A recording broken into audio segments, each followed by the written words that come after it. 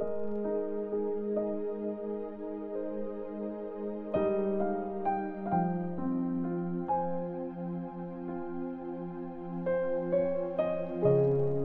Corinthians chapter 7. Mga tanong tungkol sa pag-aasawa. Ngayon, sasagutin ko naman yung mga tinanong niyo sa akin sa sulat. Mas mabuting wag nalang mag-asawa ang isang lalaki. Pero para maiwasan ang mga kaso ng immorality o kahalayan, dapat mag-asawa ang bawat lalaki at babae. Dapat gawin ng lalaki ang responsibilidad niya bilang asawa. At dapat gawin din ng babae ang responsibilidad niya bilang asawa. Hindi ang babae ang masusunod sa gusto niyang gawin sa katawan niya, kundi ang asawa niya.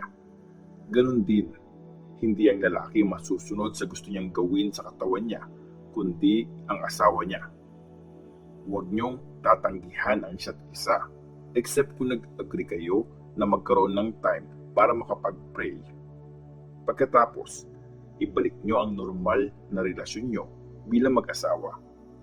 Kung gagawin nyo to, maiiwasan nyo ang temptation ni Satan kasi kulang kayo sa self-control. Hindi ko to inuutos. Iniintindi ko lang ang sitwasyon nyo. Actually, gusto ko sana kayong lahat ay maging kagaya ko. Pero binigyan ng Diyos ng iba't ibang gifts ang bawat isa sa atin at hindi yun pare-pareho. Para sa mga walang asawa at sa mga byuda, mabuting gayahin niyo ako at magstay kayo as single. Pero kung hindi niyo mapigilan ang sarili niyo, sige, mag-asawa kayo. Mas mabuti yun kaysa naman hindi niyo makontrol ang sarili niyo dahil sa sobrang pagnanasa. Para naman sa mga may asawa, ito ang utos ng Panginoon. Hindi ito galing sa akin. Huwag makikipaghiwalay ang babae sa asawa niya. Pero kung makipaghiwalay man siya, huwag na siyang mag-asawa ng iba. Or else, makipag-ayos na lang siya sa asawa niya. Huwag din hiwalayan ng lalaki ang asawa niya. Para sa iba, ito ang sasabihin ko. Hindi ito galing sa Panginoon, kundi sa akin. Kung may isang Christian na lalaki at hindi Christian ang misis niya, pero gusto ng misis niya na magsama pa rin sila, huwag niyang hiwalayan ang babae.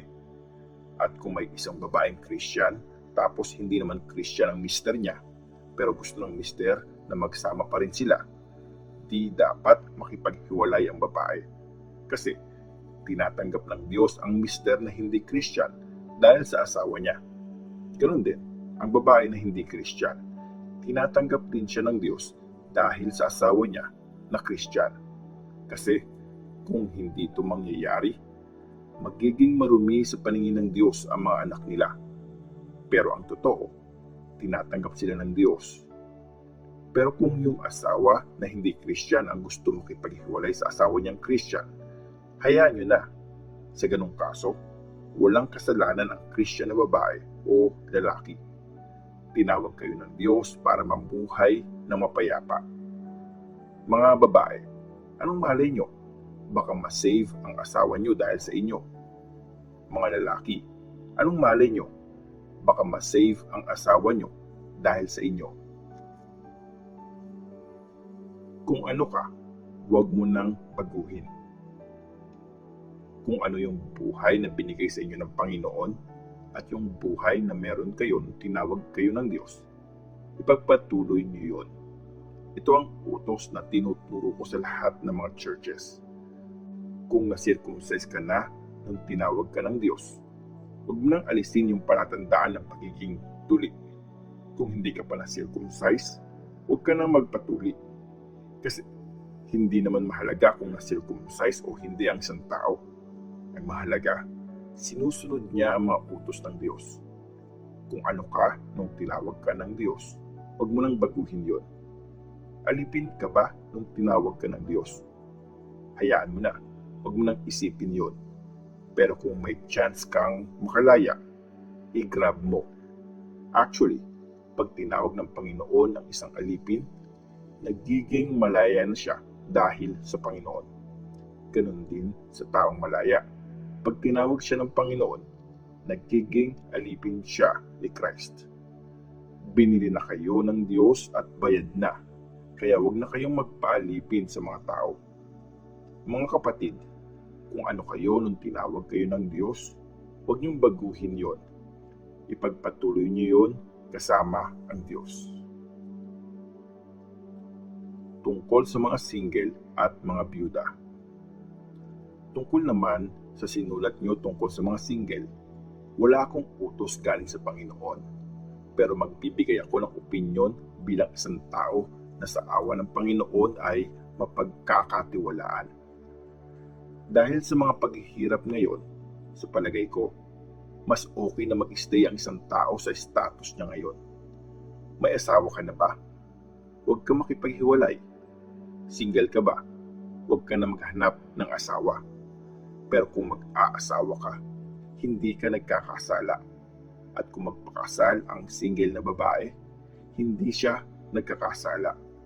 Pero mas gusto ko pang makaiwas kayo sa mga pang-araw-araw na problema ng buhay mag-asawa. Ang ibig kong sabihin, mga kapatid, konti na lang ang time. Mula ngayon, mamuhay ang mga may asawa na parang mga single sila. Yung mga nagluluksa na parang hindi sila malungkot. At yung mga nagsasaya na parang hindi sila masaya. Yung mga bumibili, parang hindi para sa kanila yung binili nila. Hindi na mahalaga kung gaano kadami ang nakukuha mo sa mundong ito. Kasi hindi na magtatagal ang mundong ito. Ayokong may pinoproblema kayo. Busy sa pagsiserve sa Panginoon ang single na lalaki kasi gusto niyang i-please ang Panginoon. Pero ang lalaki may asawa, busy siya sa mga bagay dito sa mundo kasi gusto niyang i-please ang misis niya. Kaya hati ang atensyon niya. Ang single na babae o ang isang dalaga ay busy sa pagsiserve sa Panginoon kasi gusto niyang i-dedicate ng buong buo ang sarili niya sa Panginoon. Pero ang isang babaeng may asawa ay busy sa mga bagay sa mundo kasi gusto niyang i-please ang mister niya. Sinasabi ko to para tulungan kayo, hindi para higpitan kayo. Ang gusto ko lang gawin nyo kung ano ang tama at dapat at ibigay nyo ng buong buo ang mga sarili nyo sa pagsaserve sa Panginoon. Sa kaso naman ng nagkasundo ng ikasal, kung feeling ng lalaki na hindi na tama ang mga kinikilos niya sa girlfriend niya at di na niya mapigil ang sarili niya at sa palagay niya dapat na silang magpakasal, hayaan na silang magpakasal. Hindi ito kasalanan. Pero kung buo na ang desisyon ng isang lalaki na wag na lang magpakasal at hindi naman siya napilitan lang at kaya naman niyang kontrolin ang sarili niya, talagang decided na siya, mabuti na wag na siya magpakasal sa girlfriend niya. Kaya yung lalaking nagpakasal, okay yung ginawa niya. Pero mas okay yung ginawa nung hindi nag-asawa. Ang isang babaeng kinasal ay hindi malaya hanggat buhay ang mister niya. Pero kung mamatay ang mister niya, malaya na siyang magpakasal sa kahit sinong lalaking gusto niya. Pero dapat, Christian yung lalaki.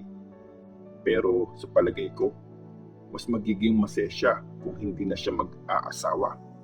Opinion ko to, at sa palagay ko, ginagay din ako ng Espiritu ng Diyos.